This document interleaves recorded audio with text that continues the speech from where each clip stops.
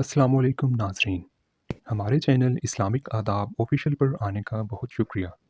दोस्तों, अगर आप रूहानी वज़ाइफ, इस्लामिक सबक आमोज़ कहानियाँ और कुरान और हदीस की तालीमात हासिल करना चाहते हैं तो हमारे चैनल को ज़रूर सब्सक्राइब करें और साथ में लगे बेल आइकन को भी प्रेस करके ऑल के बटन को सिलेक्ट कर लें ताकि हमारी हर नई आने वाली वीडियो का नोटिफिकेशन आपको मिल सके। इससे पहले कि शहरज़ार की कहानी शुरू की जाए, इन दो ताकतवर बादशाहों की दास्तान जानना ज़रूरी है, जिनमें से एक हर रात किसी औरत से शादी करता, सुबह होने पर उसका सर कलम करवा देता। क्यों? अगर आप बादशाह के दरबारियों से पूछेंगे तो वो यही जवाब देंगे कि उनकी बीवियों ने उनसे बेवफाई की थी। इसलिए कहानी शुरू होती है छोटे भाई समरकंद के बादशाह शाहजमान से। उसने अपनी बीवी को अपने गुलाम के साथ देखा और इसी लम्हे तलवार के एक ही वार से दोनों के टुकड़े टुकड़े कर दिए। उसका भाई शहरयार, जिसकी हुकूमत हिंदुस्तान से चीन तक फैली हुई थी, उससे अजीम बादशाह था। चुनाचे इससे भी बड़ा अलमिया उसका मुंतज़िर था। उसने बाग में अपनी मलका और 10 दाशनाओं को गुलामों के साथ मशगूल देखा। सदमे से बेहाल होकर उसने अपना तख्तो ताज छोड़ देने का फ़ैसला किया और अपने भाई को भी ऐसा करने को आमादा किया। उन्होंने फ़ैसला किया कि इस वक्त तक इस पूरी दुनिया में घूमते रहेंगे जब तक उन्हें अपने ही जैसा कोई बदनसीब नहीं मिल जाता।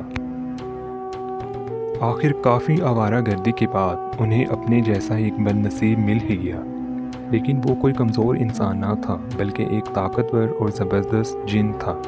वो जिन अपनी औरत को 7 तालों में मकफल रखता था। फिर भी औरत ने उससे 570 बार धोखा दिया और हर धोखे की निशानी उसने उन मर्दों की अंगूठियों की शक्ल में महफूज कर रखी थी। इस फहरिस्त में दोनों भाइयों को भी इजाफा हो गया और इन दोनों की अंगूठियां भी औरत ने एक धागे में बांध कर रख लीं। वहाँ से निकलने के बाद दोनों भाइयों ने एक दूसरे से कहा कि हमें औरत के बोझ से पनाह ढूंढनी चाहिए, और फिर दोनों शहरयार की सल्तनत वापस आ गए। शहरयार अपने तख्त पर बैठा और वज़ीर आज़म को मलका को कत्ल कर देने का हुक्म दिया।